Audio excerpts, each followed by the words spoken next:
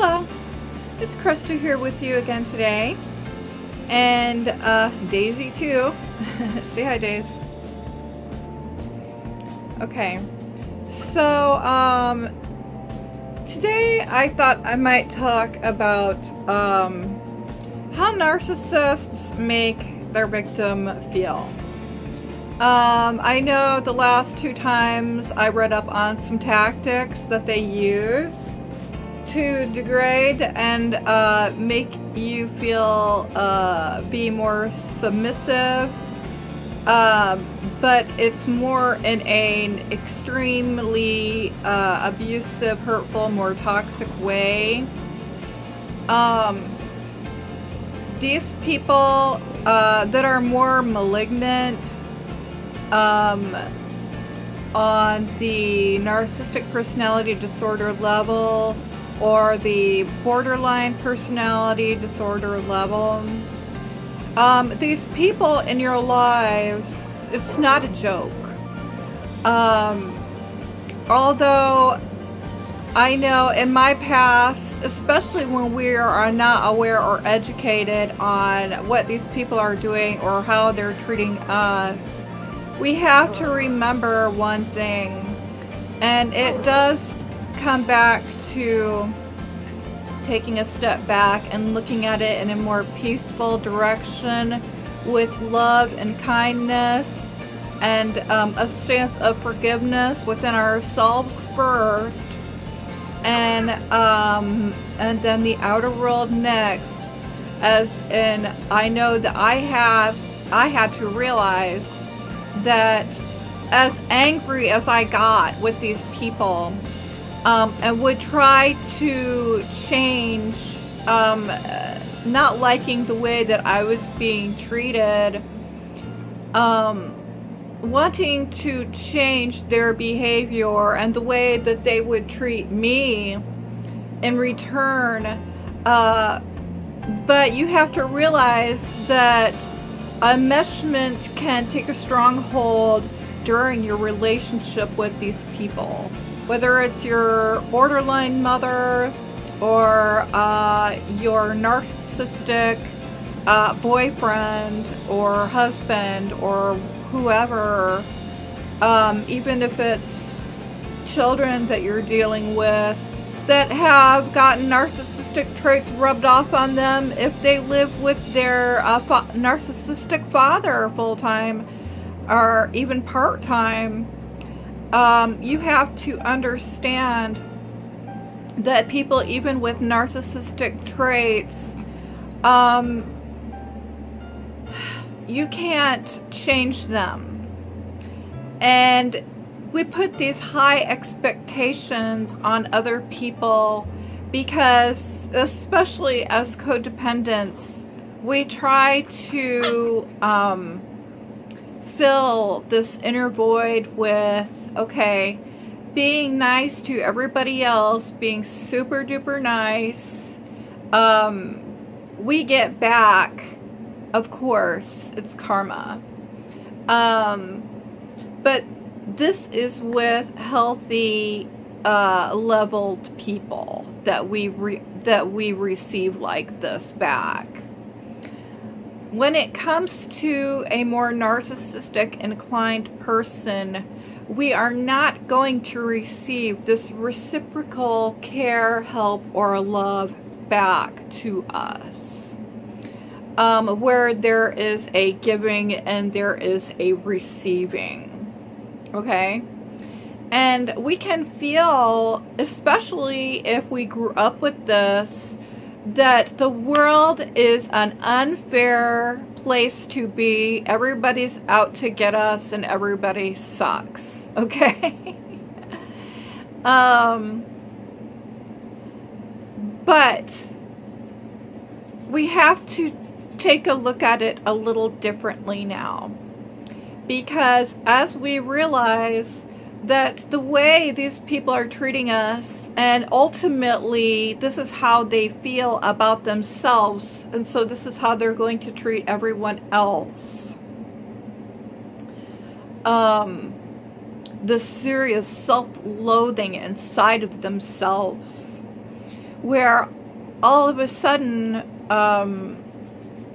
when you expect somebody to be joyous and to share in your joy that you just got that job, or you just had that baby, or you won the lottery, you know, and how a normal person with more healthy levels would absolutely share in that joy with you and celebrate.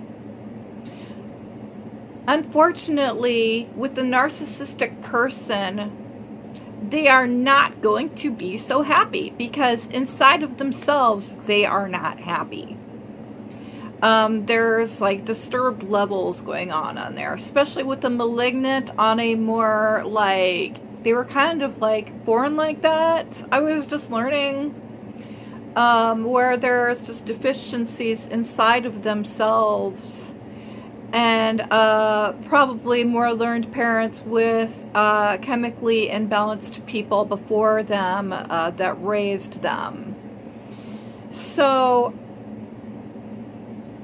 instead, especially when it drops out of the love bomb phase into the devaluing, where this is the real way that they feel about themselves, and they're going to lash it on everybody around them, okay?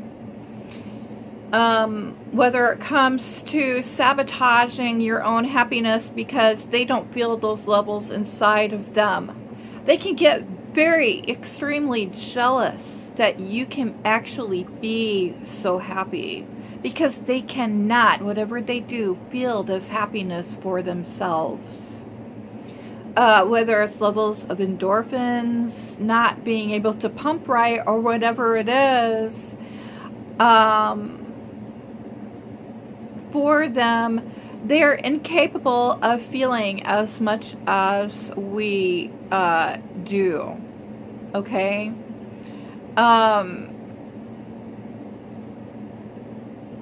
That's why they show no feeling, whether it's love or good feelings, and oftentimes they present themselves as very void.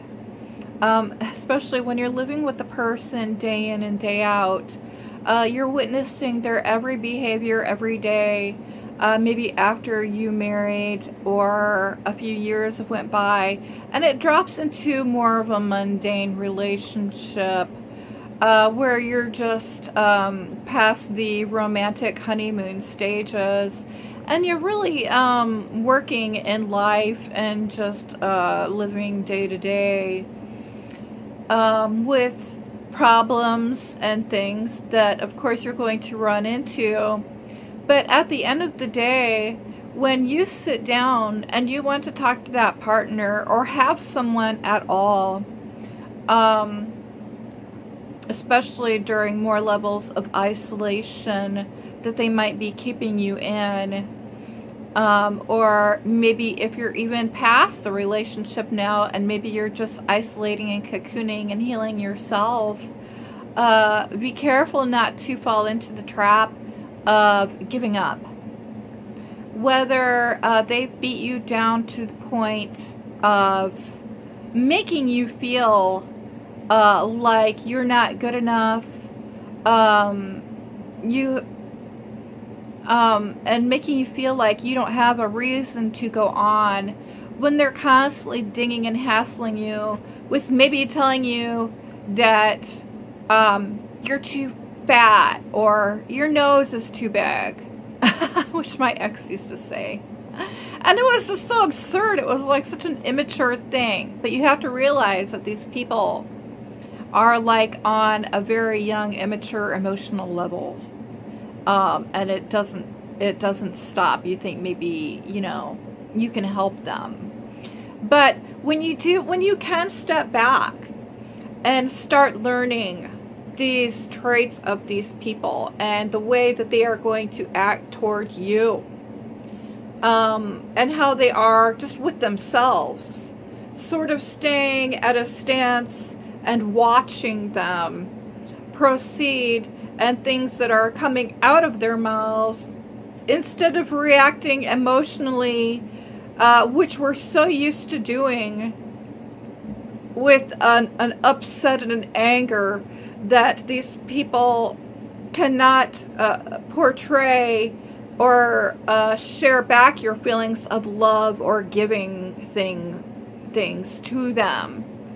When they turn around and take complete advantage of the things that you are offering them, or when you turn around and you really need them, like when you want to talk to somebody, and of course with a regular relationship, you're going to have a problem, be it big or small, that you want to talk about.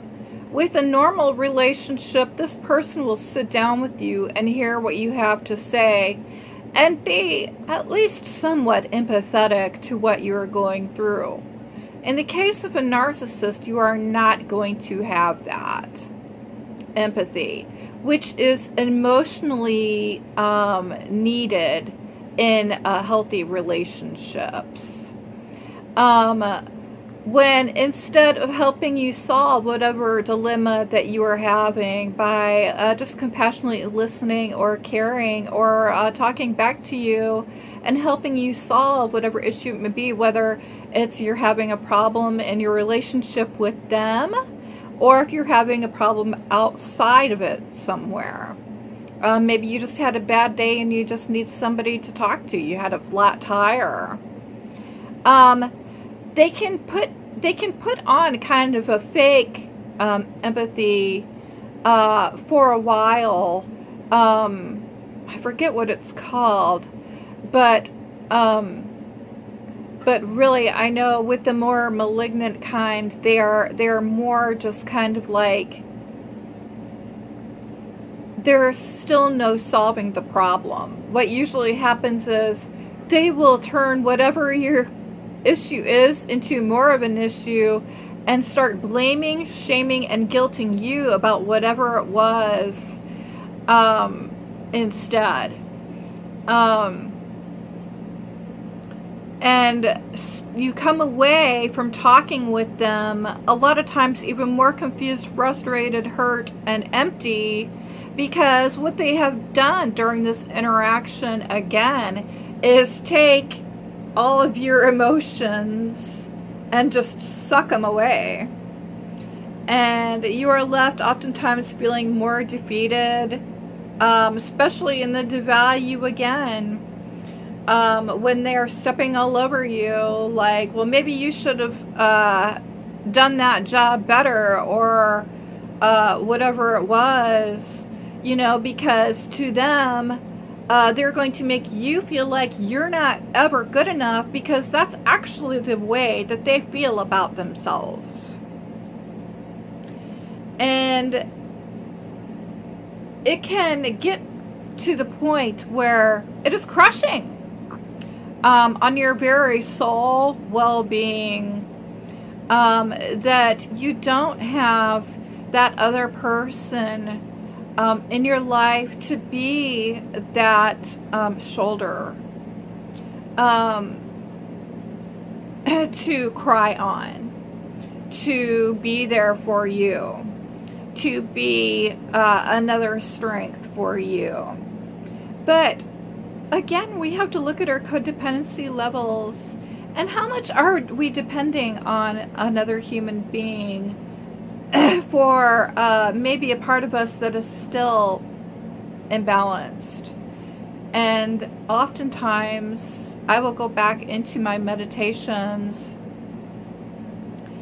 and begin to learn to breathe and kind of gather myself instead of gather it off another person, or gather it off of more TV watching, food, or drugs, or more play, like overdoing the outer things more to that end up not making you feel better internally. And internally is what we need to start balancing those emotional levels again, so we don't feel out of whack and we are not depending on it from different people to be okay. We start being okay within ourselves, our inner selves, being more able to trust our inner guts about what feels good and what feels bad, and who and what feels good and bad to us. Sensing the dangers on more early before we go out that night and we end up hanging with this person or that person.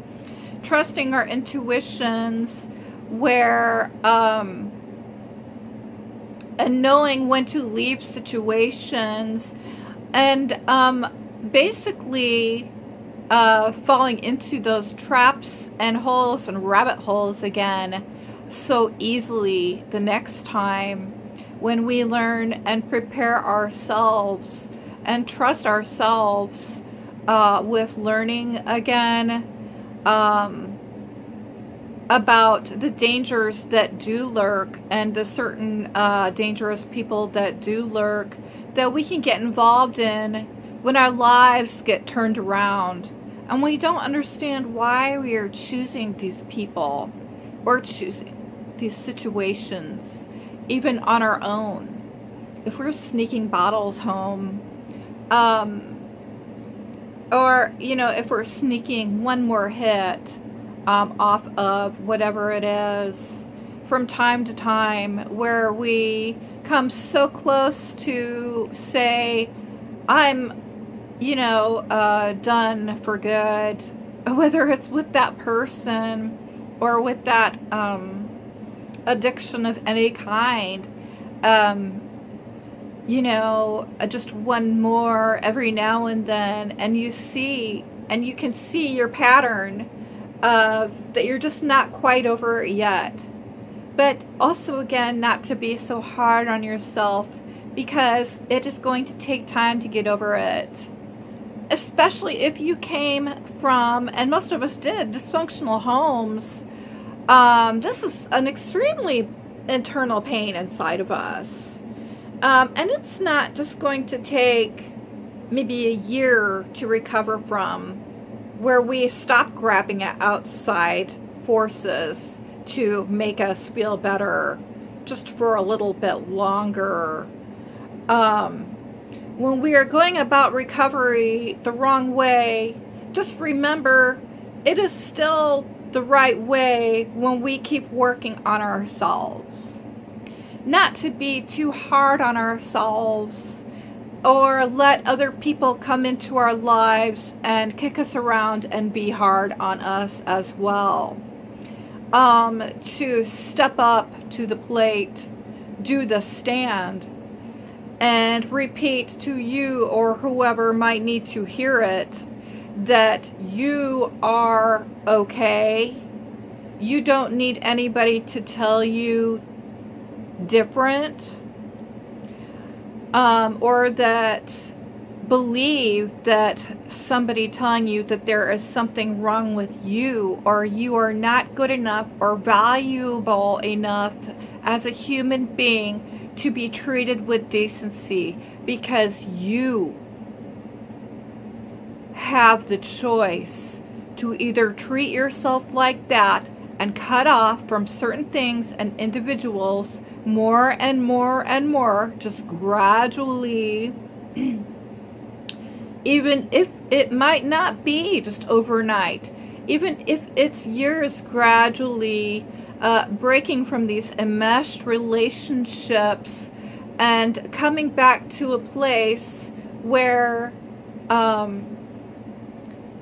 you are getting some support out there, whether it's AAs, therapy, listening to videos, listening to articles that you're going to need every day. Every day. At least read something or listen to something for a little bit every day to start breaking that giving up feeling. To keep the habit alive, the good habits alive and kicking, to grow these good habits into changing your negative thought process that you've been taught, like that you're not good enough or you deserve this kind of treatment or way of life that no longer works, that is really wreaking havoc and hurting you physically and internally, emotionally. Keeping that heart center going. Doing the work on yourself every day. And then we can really stop breaking that, not giving up. When we can take at least a few moments in our day, pray, do whatever it takes to do the work.